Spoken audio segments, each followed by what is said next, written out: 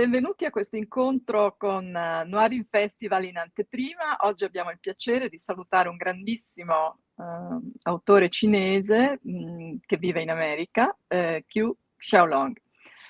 Qiu Xiaolong nasce e muove i primi passi in un periodo storico, economico e sociale piuttosto burrascoso per la Cina e anche per il suo protagonista, l'ispettore Chen Cao, che riflette in pieno questa complessità. Xiaolong è nato nel 1953, cresciuto a Shanghai e si trasferisce negli Stati Uniti alla fine degli anni '80, dove studia per una ricerca sulla poesia di T.S. Eliot e rimane sorpreso lì, negli Stati Uniti, dai tragici eventi della rivolta di piazza Tiananmen. Dopo un primo tentativo di pubblicare come scrittore di poesie, e visto e considerato che non poteva essere pubblicato in Cina, l'autore decide allora di abbracciare degli schemi un po' più rigidi, come quelli del romanzo, e in particolare quelli del romanzo giallo.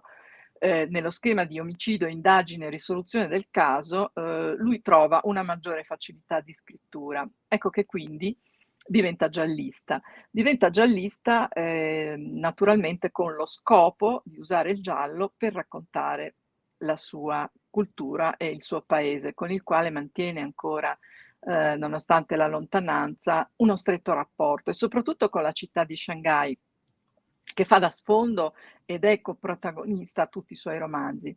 Oltre a farli da sfondo, con un'ambientazione appunto che gli è familiare, Shanghai offre a Qiu la possibilità di esplorare prospettive diverse, di poterne cogliere le contraddizioni. È stata infatti Shanghai una delle prime città all'inizio del Novecento ad aprirsi verso l'esterno, e questo l'ha resa un crogiolo di culture diverse, un crogiolo tra Occidente e Oriente, un paradigma delle contraddizioni e dei cambiamenti che interessano la Cina.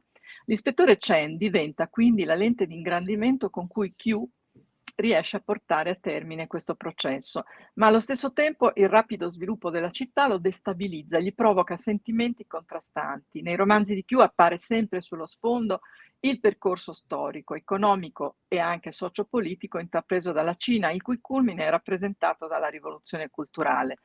Xiaolong esplora delle circostanze economiche e storiche, dà sempre un contesto precisamente storico al romanzo, a ogni romanzo che scrive. La storia della Cina comunista è sempre presente nei suoi gialli.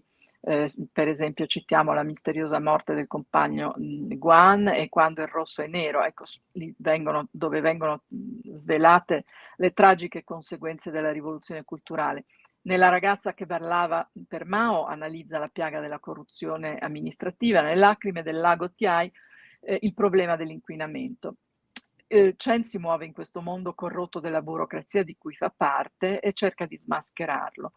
Il poliziotto è un poliziotto buono che lavora bene, però è consapevole dei limiti che gli impone il sistema in cui è inserito. Insomma, l'ispettore Chen è una perfetta metafora della società cinese. Oggi il professor Qiu Xiaolong vive a St. Louis con sua moglie e sua figlia Giulia e insegna alla Washington University. Ha pubblicato ormai 13 romanzi, l'ultimo è quello di cui stiamo per parlare oggi con lui.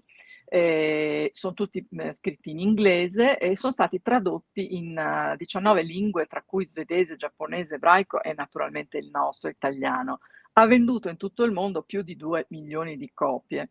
Naturalmente ci sono anche altri libri che lui ha scritto, per esempio la serie del vicolo della polvere rossa, anche delle poesie che ha continuato a coltivare come amante delle poesie cinesi e poesie in doppia lingua.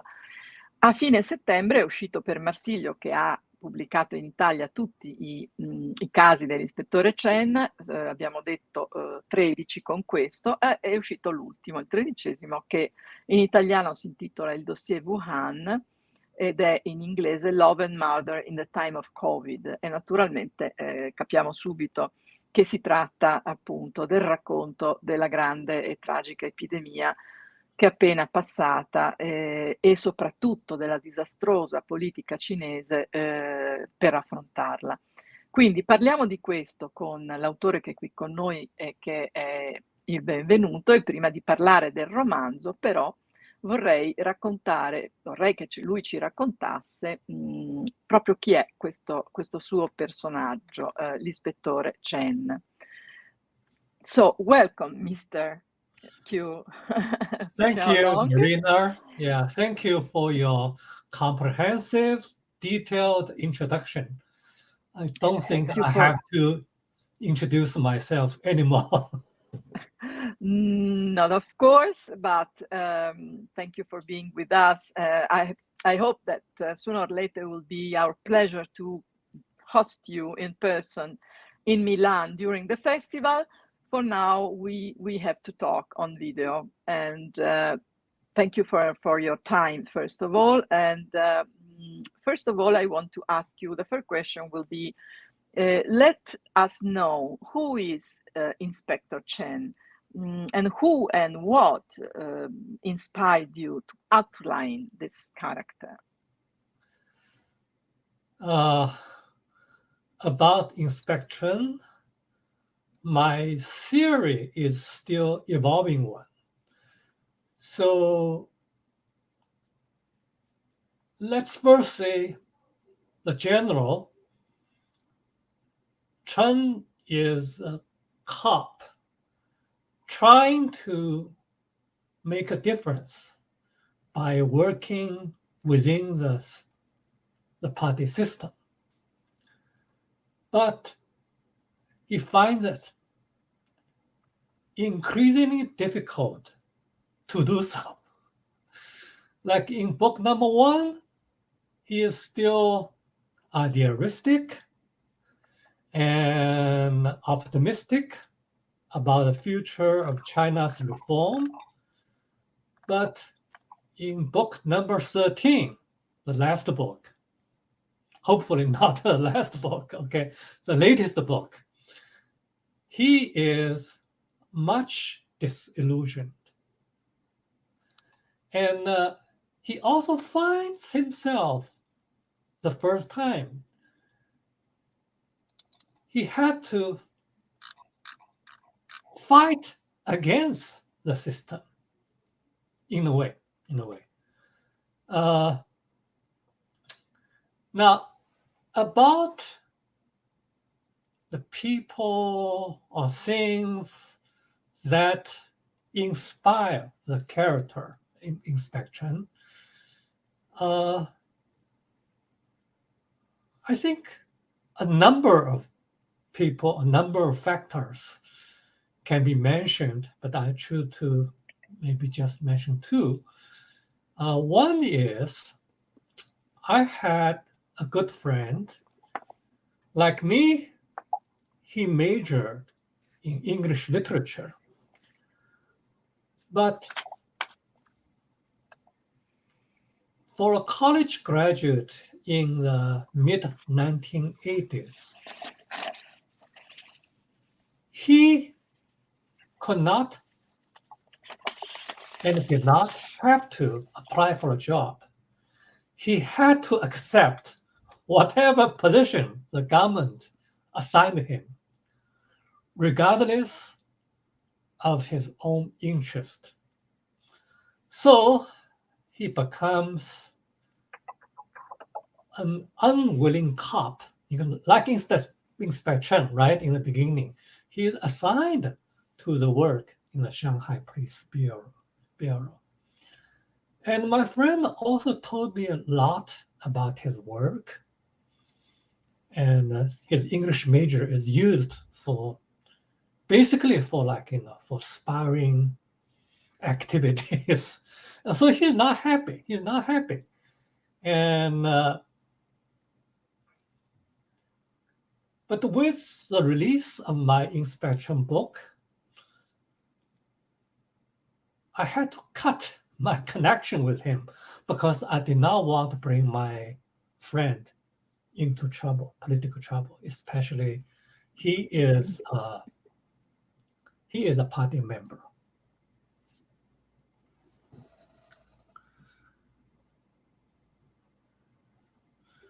Another factor is more or less personal.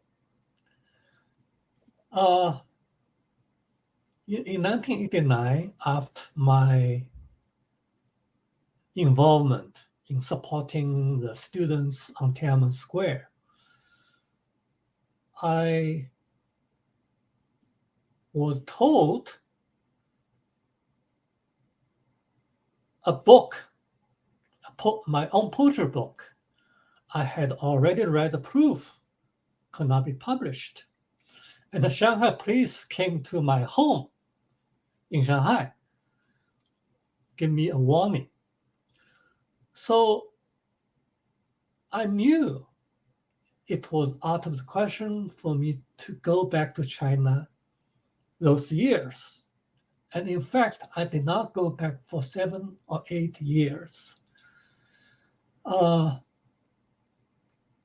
So sometimes I like to imagine what would happen to me if I had stayed in China. So it's like a projection of what might have been, okay? A projection of my imagination of what I would do had I stayed in China. That's also, bring out the character of inspection. Yes, I think this last part of the question is could be more true, in my opinion, because I see that with Chen, you share numerous character traits. You're more familiar, more than familiar with poetry, like Chen, and like him, you were a member of the prestigious Chinese Writers Association in your native city, Shanghai. You have translated Eliot, Yeats, and the modernist poets into Chinese. And like Chen, you feel yourself an outsider. At least this is what you always declare in interviews. Outsider in the global economic boom that is radically transforming the People's Republic of China, as well as US. You adopted home. So, can we say that your work is a kind of fictional autobiography? That's a very good question. Yes, I do share a lot of traits with Chen. I love poetry, I write books, and I also translated a number of modernist poets. Yeah. And last year, I even wrote an English introduction to a collection of Eliot's poetry published by American publisher. So yeah, I still, do a lot of things that Inspector Chen has done, okay? I still do that, and I love to do that.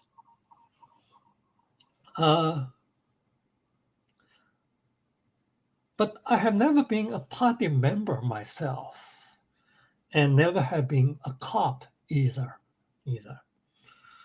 So, as for the question you mentioned as an outside, yes, I would like to say I'm outside of the ever-rising materialism in China. Yeah. But I also would like to think myself not just as an outside, because I try to write a novel, write the whole series with a combination of inside perspective and outside perspective. So that way it can be a little bit more objective. Of course, it's easier said than done.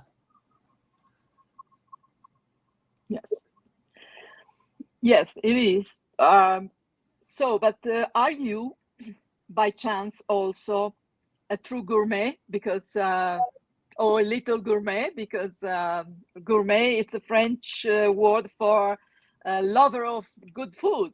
because your character, Inspector Chen, it's a very good connoisseur and lover of good food.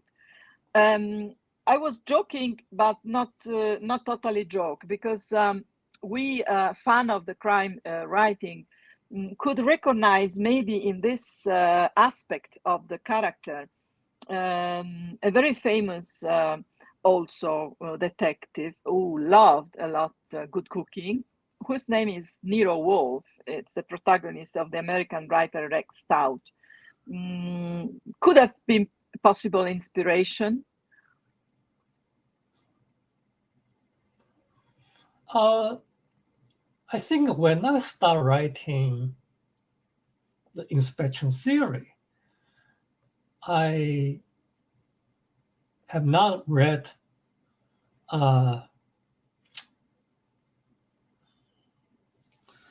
Nero Wolfe. Nero Wolfe's books. Yeah, I have not read his books. So the influence maybe later on, but it's not like, from the very beginning, Actually, I have done a book in German, it's ironically, in German, about food in China. Okay, that means that you are the true gourmet. Inspiring. I really love food. Chen. Yeah, I really love food. And also, I think there's personal reason. I really miss the authentic Chinese cooking. So, of course, at that time, I could not go back to China, right? So and I also think Chen is not happy man, not in the affair of love, right? And also the political, situation always depress him. So I think he should have something to enjoy, right?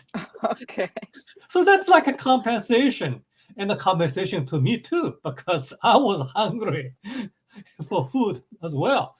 And so, yeah, it's yeah. I sometimes joke, we used to say, like, you cannot change your Chinese heart, right? That could be a very political, slogan. But I joked by saying, you can never change your Chinese palate, right? Even though I love Italian food, love French food, yeah, but it's still, so it's played a very important part in my book. Yes. Yes, because it's a cultural important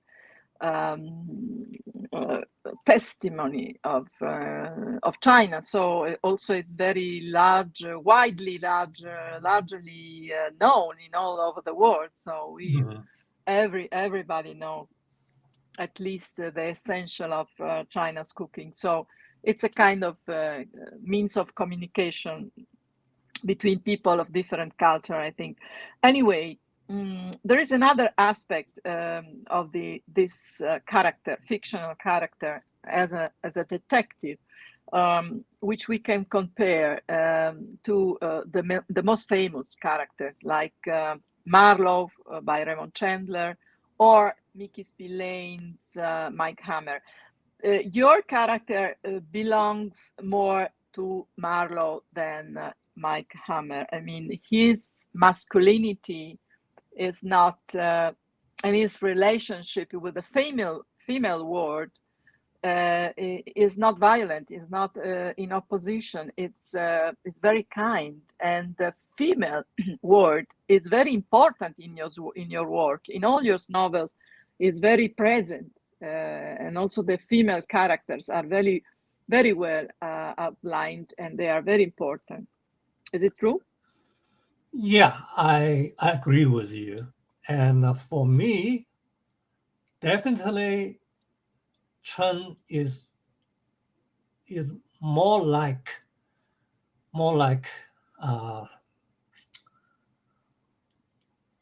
Chandler's Marlowe. And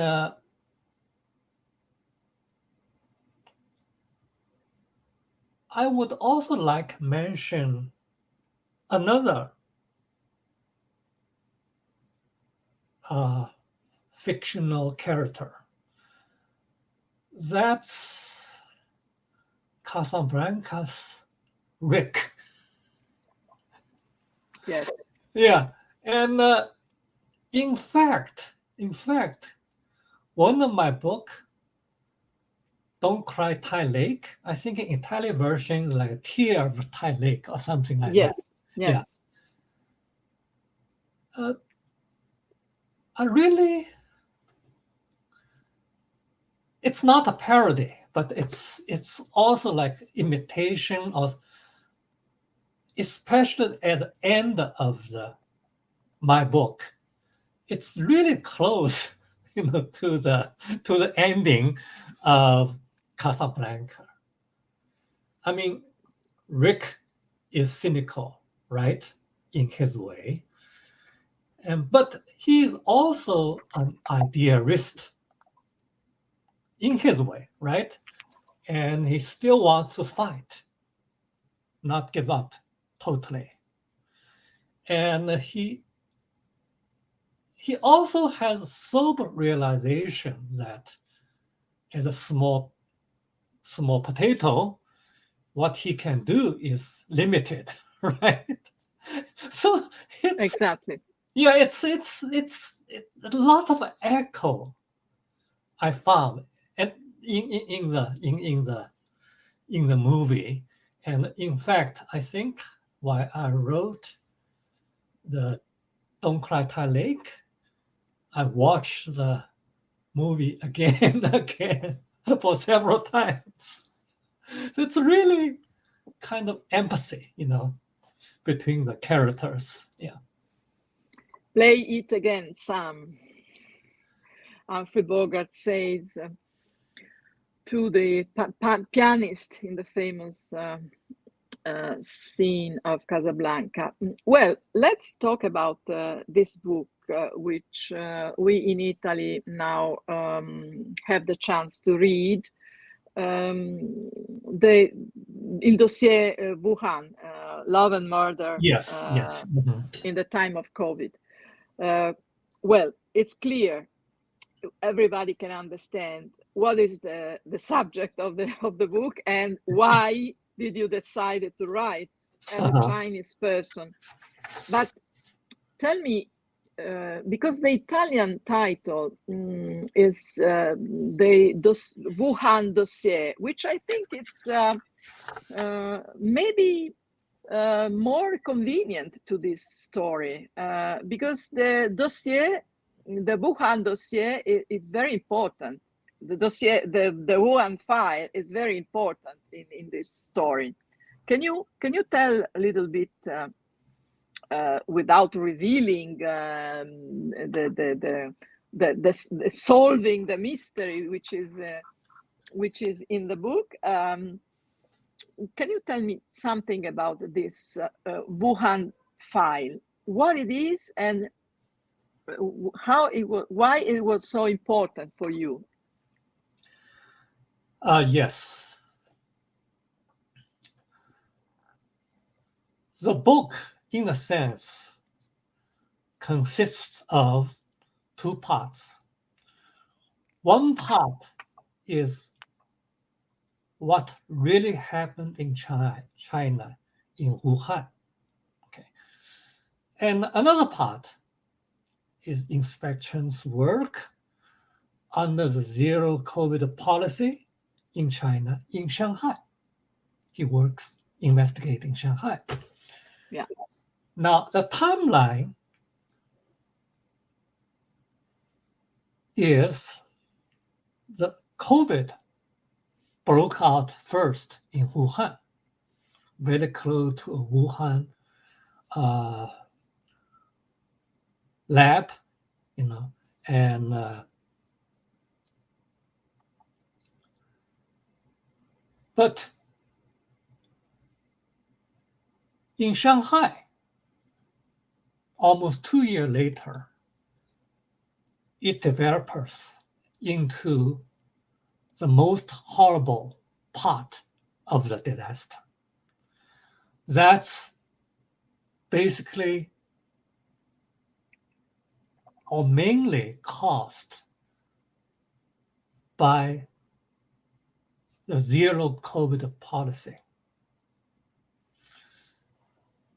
So these two parts like comments on each other.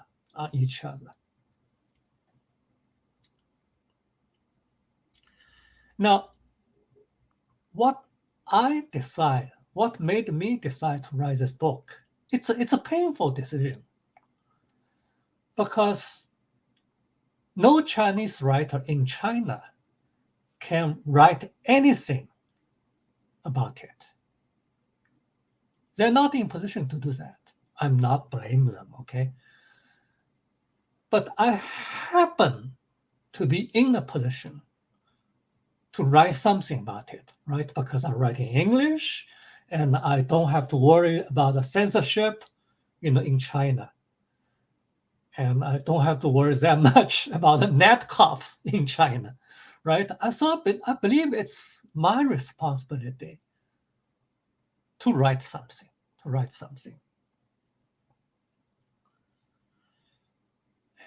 And another thing that really worried me is a situation like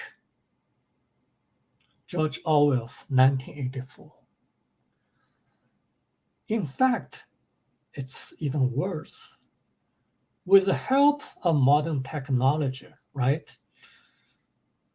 The big brother is watching you everywhere and all the time. And what can we do about it? And that's something you may say, like, the pandemic will be over sooner or later, right? But this kind of system sickness will not be over. And in fact, it's still, developing today. And I got some threat after release of a book. Some party-funded, mercenary, I would call that, okay? They wrote online, called me a blue fly that has to be terminated, killed. So what's behind them? Of course, the government, right? The party. And so I'm really worried about how long this kind of situation, Orwellian situation, could last in China. Yeah, that is terrible. You also use a very good reference. Good, it's terrible reference too, but it's very good to depict the situation in China. Animal Farm.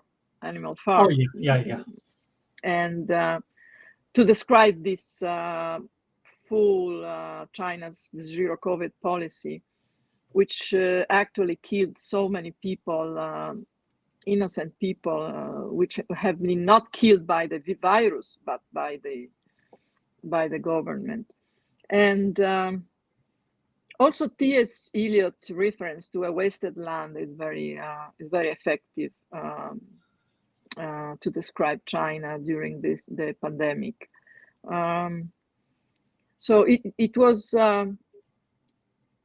I think it was very important what you did, because even if we have been aware about what happened in Wuhan in China, because there were a lot of news on the television and the newspapers, relation and so on, I think it's we did not know anything, and many things in your book can be found about what really happened, and it's more tragic and more effective when you read it in a fiction, because you are free to use all the words and to use all the references and description.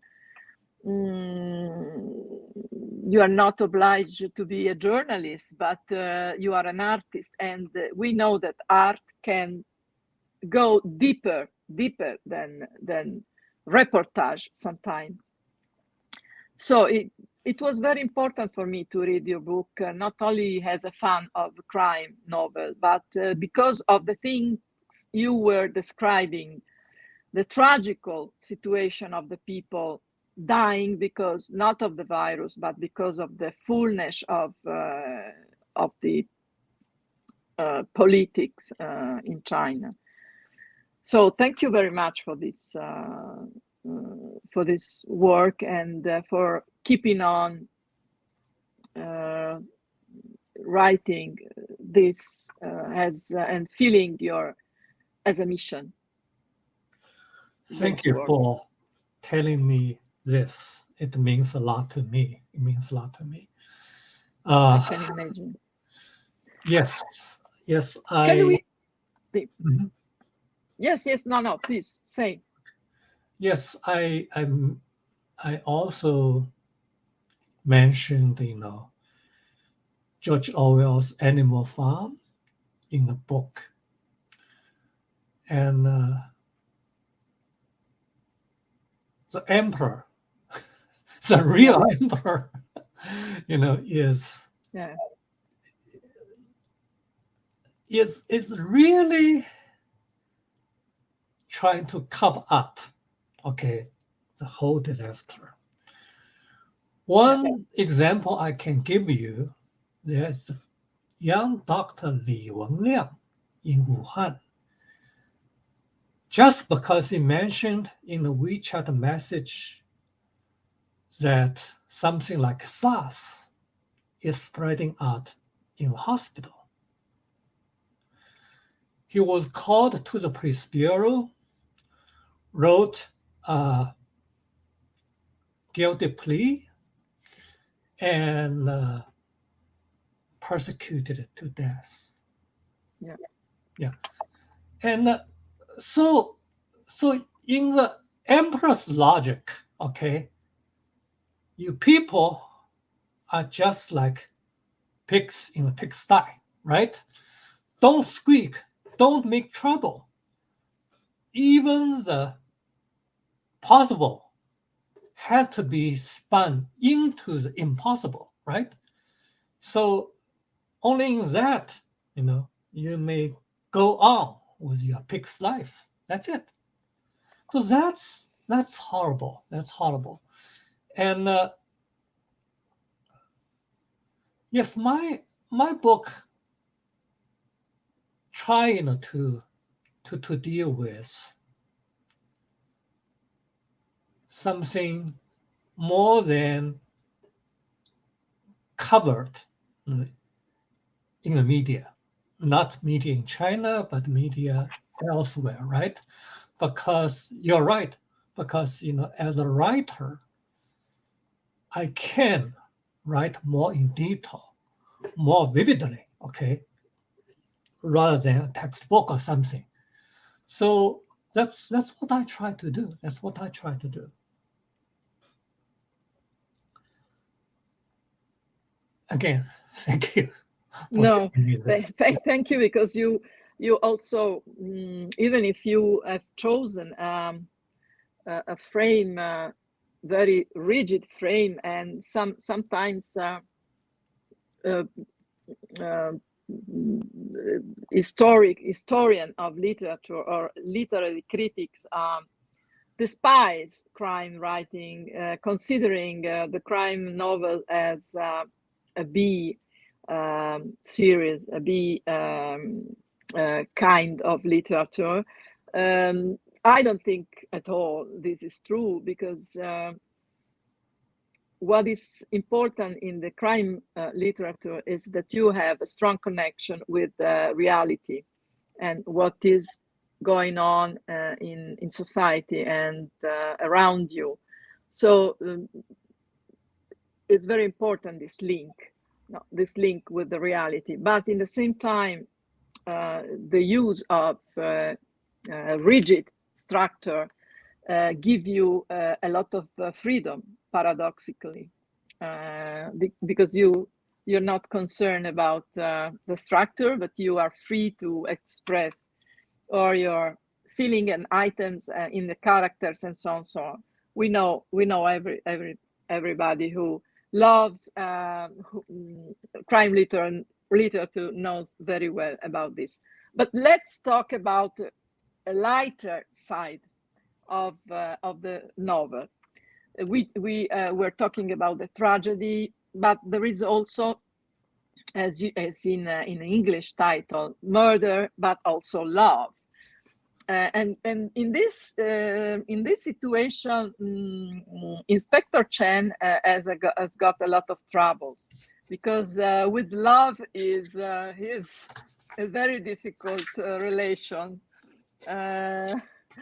Maybe you can confirm this. For instance, the female character of this novel, the assistant, Jean, she is very well depicted, but also there is something which belongs to China's culture. I think we Westerner don't understand very well. I mind this using of the term little secretary. You describe Jean as little secretary. What does it mean? Because I think it's clearly understood for you Chinese people what does it mean, but for us it sounds very mysterious. Okay, that's another good question. I really should have explained more in the book.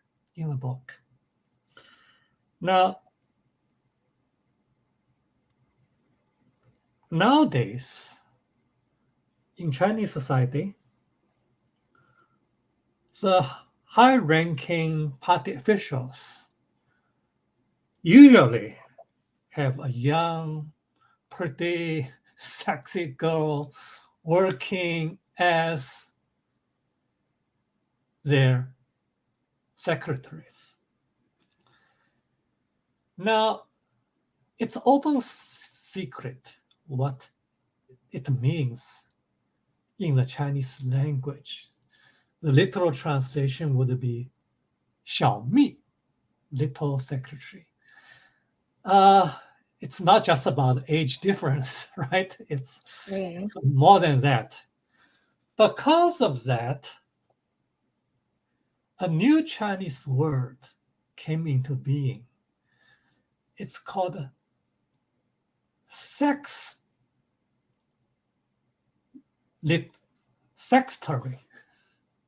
Instead of secretary, sextary. We start with sextary. Sextary. Yeah, it's also commonly used, and it's also used by a compiler of Chinese dictionary, a very, very authentic, authoritative figure. He included this in the dictionary. Sextary. What does it mean? So, of course, people can use that in joke, right? Oh, you have a wonderful sextary. It does not have to be like that. Or use that in self-satire. It's also possible. But in China today, yes, there are a number of new terms, like one is lie flat down. It just means doing nothing, after the crackdown, after, suppression. So a lot of Chinese people choose to do nothing. So they or you can say they give up fighting, okay? But instead of saying that, they just say, no, we all lie down flat. Okay. Yeah, it's helpless, but it's also cynical, right? And this kind of expression, yes, it will be difficult for Western readers. So yeah, maybe I should explain a little bit more in the text what it means really. No, but I think you explain a little bit, because there is an explanation, very simple, very, very brief in the book about the term. And also, you must know that this character, this stereotype of women, of young woman, like secretary, it's an old kind of stereotype which works in the Western culture since the beginning of the I don't know, the industrialization, when businessmen appeared, and they need secretaries. So it's very common, unfortunately, machist stereotype towards young workers in offices. But I must be more precise, and let the audience know that this term is not used by Chen, is used by the other people, the apparat, the party's people, the police people. So I mean, the conservative part of the people which are in the novel, because Chen actually doesn't think like this. And this is also something I would like to thank you, because the character doesn't fit to a classical machist stereotype, which is very common also in our beloved crime literature.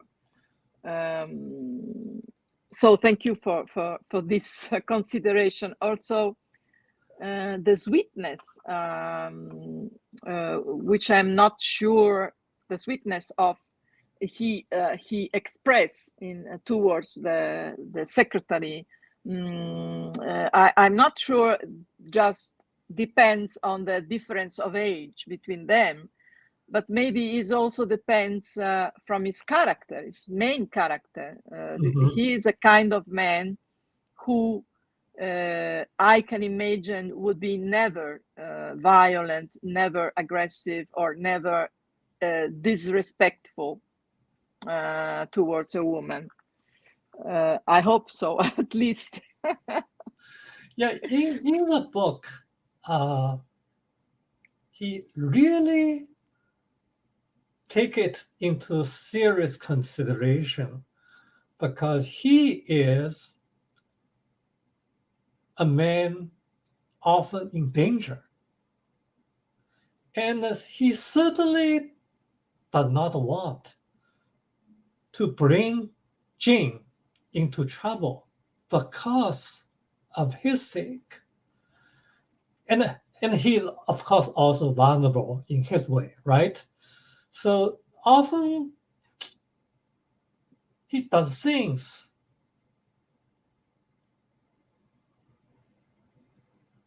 because he thinks too much. So he is not like maybe what we call the traditional, hero in crime novels, right? Bang, bang, bang. No, he thinks a lot, and that's also from the very beginning I want him to do, because he needs to understand and come to terms for himself what's going on in China. Yes, he more looks like Maigret by Simenon, or yes. Poirot by Agatha Christie than other hard-boiled detectives, which are more, No, he is not hard-boiled. Yeah. No, he's not hard-boiled. Okay. He could not be. There is no way he could be hard-boiled, because he is a poet. and he loves Oh, poetry. Yeah. Can you tell me, because I am very ignorant, unfortunately, in Chinese literature, how is important the importance of Tang Dynasty poetry, and why it's so special for your work? It's always talking about this and writing about this.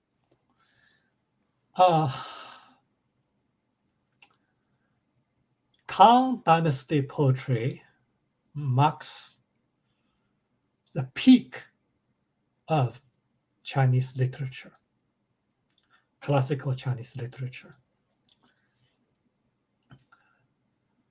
I translate a couple of Tang Dynasty poetry into English, and the reason I often mention Tang poems or Tang poets in my books could be for a couple of reasons. One, in traditional Chinese novel, there are more poems quoted than in my inspection book. Okay, it's possibly it's a convention. It's a convention, you know. So, and another possible reason is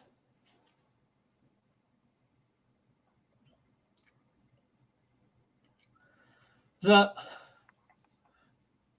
as I've told you, I have been under the influence of T.S. Eliot. And Eliot often used one particular technique, the contrast between the past and the present. In a lot of poems, like even in The Wasteland, he does that.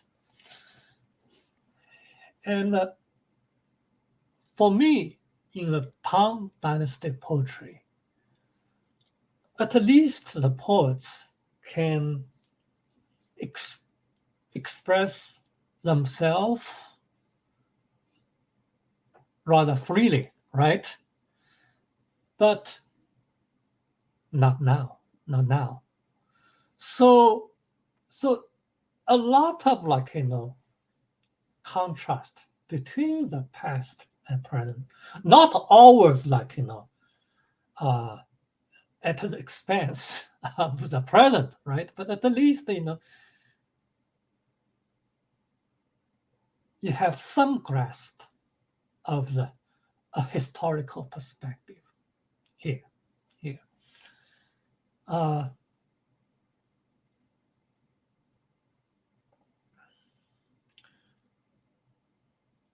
I mentioned that also in a documentary I participate in making for Eliot. I discussed with the reviewer quite in details about this kind of allusion, this kind of contrast, the present and the past, and about what is often called intertextuality, because the poem can be only short in length, but you need really use that different kind of technique to make it for a more versatile world. Yes, you reach the point, the confrontation between the past and the present. Is it still possible? I mean, this is what you put in your wonderful book, years. In Italian, it's Il vicolo della polvere rossa. Sorry, Years of Red Dust. Yes. Yeah, red dust. Yeah. Years of Il Vico della Polvere Rossa, Years of Red Dust. It's beautiful. It's a beautiful book on China. It's not a crime novel. It's a beautiful book on China. I was literally transported over there. I could not only see but also feel and smell this red dust alley you described in the book, and it was really a marvelous encounter, a marvelous meeting with the essence of the Chinese culture of the past. My question is, this is very important for everybody and for every society to have the possibility to confront with its own past. Do you think it's still possible now in China? Is still happening, or the past is completely erased by the present? Yes, I'm glad to tell you first that I've been writing the third volume of Years of Red Dust. Oh, very good news. Yeah, Very I good think news. it's Thank good you. news to me. Finally, I got enough material for the third volume. And so in one sense, it should be like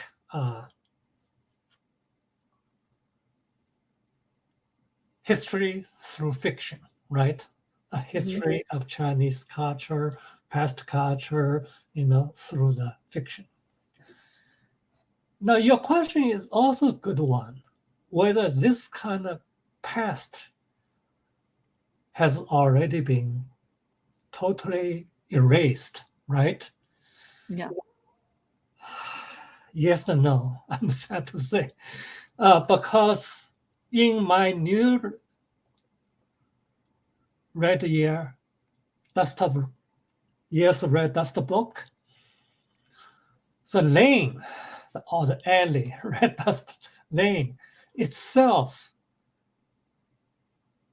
is being demolished. Yeah. And that's what really happens in my life as well, because the lane was a real one and very close to my home. I often walk there just 5 minutes away. And so it's very intimate to me. But this kind of past, the government become like an eyesore to the government, right? Oh, still so traditional. And also with the change of time, with the change of, the ideology. So you should not talk about this kind of past anymore. And the past itself is being erased at this very moment. So it's another sad book for me to write. Like, you can say you can never step the lane, you can never step into the water the second time, right? Twice. Yes. Yeah, twice. Yeah, it's the same here. Like, the very ground of the lane changed. So yeah, but I really want to finish this job, complete this job, because it's also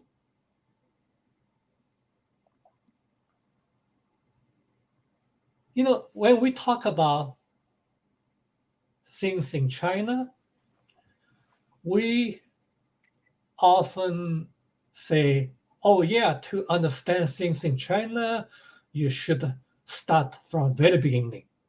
Maybe during the Cultural Revolution, or even before that, right? We often say that.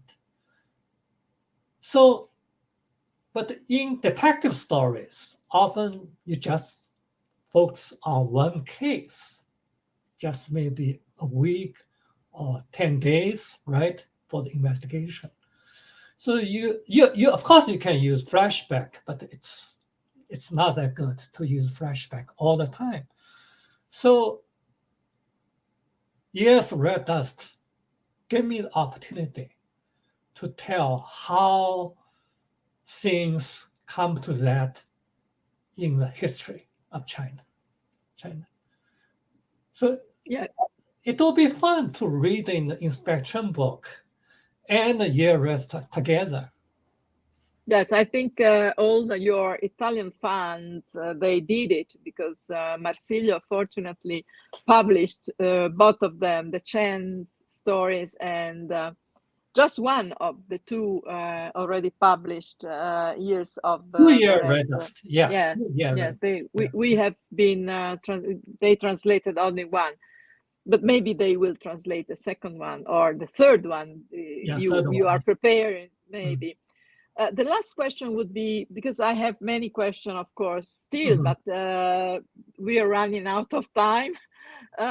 So I would like to ask you, because there was also this thing of inspiration from other European crime writers, like, of course, Conan Doyle's with Sherlock Holmes, but the Swede, May Sjöwall and Per Valor, you cite them. Their inspector, Martin Beck, is very close to this kind of your Chen, the realism they used to for also, and the goal to use the crime novel to describe their society. In that case, it's the Swedish society. But can I ask you, which is if you have heroes in a crime novel, writers, or in the world, or maybe also Chinese, or maybe not crime writers in general, which are your favorites, your preferred? Yeah, the two Swedish writer, a couple. I always have problem pronouncing their name. Majo May Sjöwall, right? Yes, Valu, yeah. They like, brought a new horizon to me about the crime writing. I would like to call them sociological. yeah, because unlike the whodunit writers, right? yeah, The main thing for them is to solve the mystery about whodunit. It's the suspense, it's the end, and it's the mean, right? So that's it. But the two Swedish writers,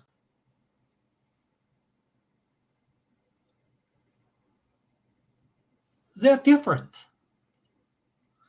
They are focused on what social, political, or maybe cultural circumstances that have produced this kind of crime and investigation. Martin Beck, right? Investigation. And for me, this is personally more rewarding. I just don't want to write someone born evil or born genius, right? It's also more realistic. I believe in a real detective character, whether it's the cop or PI. They have to go through a lot of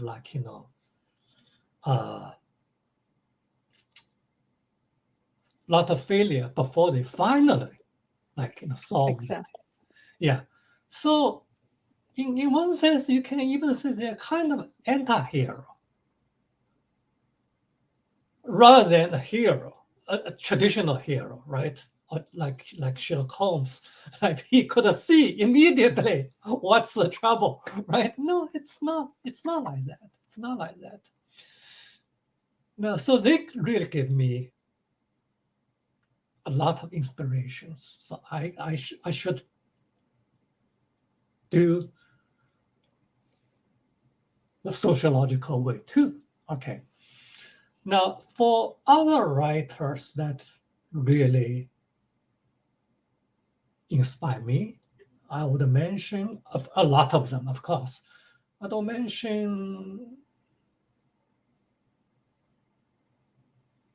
one is definitely George Simenon, Margaret, right? Margaret author. And and you also mentioned him, right? But Magret's got a wife, so you have to give a wife to Chen. Hopefully, he will settle down. Okay, he will settle down too. I mean, inspection will settle down too. And I really like Margaret in the sense that it's not like, you know, the traditional one. He has a wife, right? Yeah. He has a wife, not like, you know, sextory. You know? Yes, exactly. It's like that, yeah. And they're devoted to each other.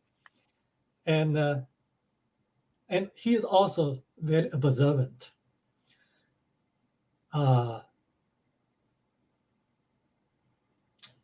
Another Italian writer, I think his name is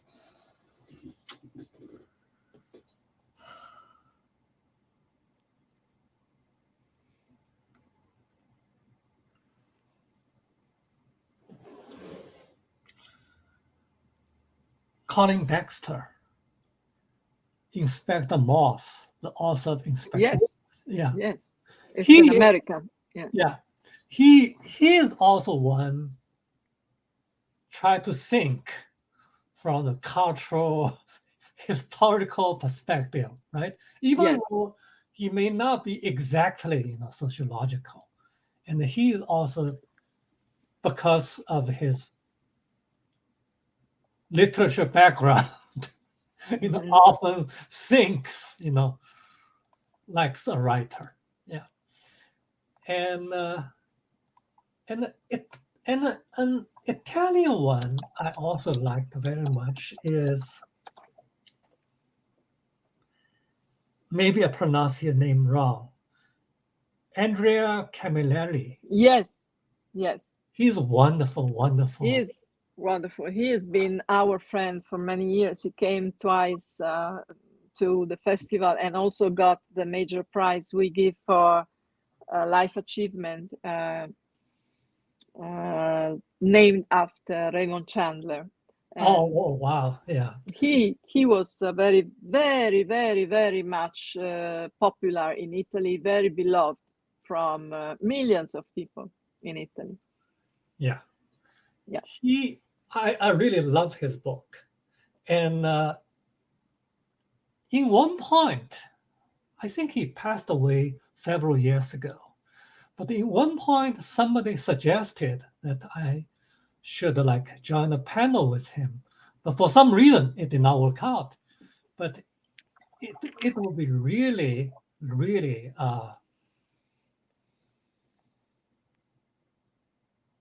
great if, you know, we can meet each other. But I'm sorry to say it's. But I did meet another Italian writer. What's his name? His character is. I met with him in Norway in a literature conference. But he also died a few years ago with cancer.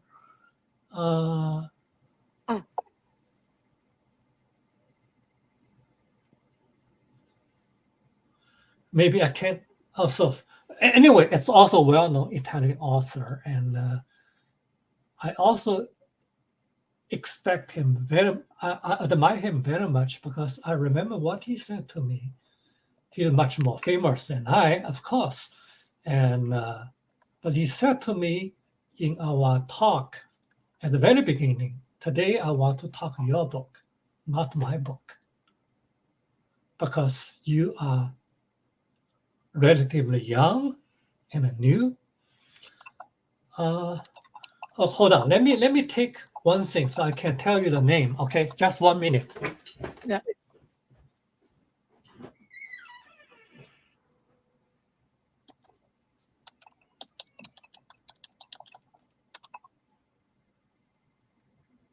Ah.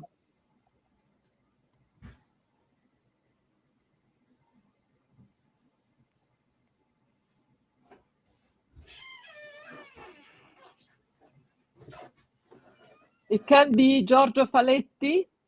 No, Henny Mankel. Ah, Annie Mankel, but it's not Henny Italian. Mankel. Yeah. It's not Italian. Annie Mankel, I had the chance to meet him personally. He also got a prize, the Raymond Chandler Award for Life Achievement, the 1 year before his death. Okay. Okay. Yeah. 1 year before his death, he came to our festival, and it was a fantastic meeting. Such a kind of beautiful person, human being, very generous, beautiful. Generous. Yeah, and fantastic writer. Is also a very good theatrical drama writer. Drama writer. Yeah, you're right. Yes. You're right. Playwriter. Yes. Mm-hmm. Theater was important for him. But you mentioned an Italian writer who died. Besides Camilleri, there was another Italian writer. No. I was wrong. It was him. It should be German writer. Okay. Yeah, it should be German writer. Yeah. Okay. It's Manny Henkel. Henning Mankel, it's Swedish. Swedish. Okay. Yes, he's Swedish. Okay, so I think we can come to the conclusion of our conversation, and I want to ask you. You already told that you are preparing a new book on Inspector Chen. Am I right? Yes. When it will come out? Big change, because after this book, the government will not let him do the investigation anymore. Yeah. So, but he still want to do it. Still want to do it. So, in what way? Maybe not as an inspector, as a private eye, or as something else. So. Okay. Yeah. So I'm very curious to know the new transformation of Inspector Chen, which will be, and I'm sure will be, a big success, as all the previous ones have been. So thank you, Mr. Qiaolong. Thank you very much. Thank you for your time, and I hope really to welcome you in person, as I told before. So whenever it will be possible, we are waiting for you in Milan. Okay. Thank you very much for your invitation. Yeah, I would love to come. Yeah. Thank you very much. Thank you. Okay.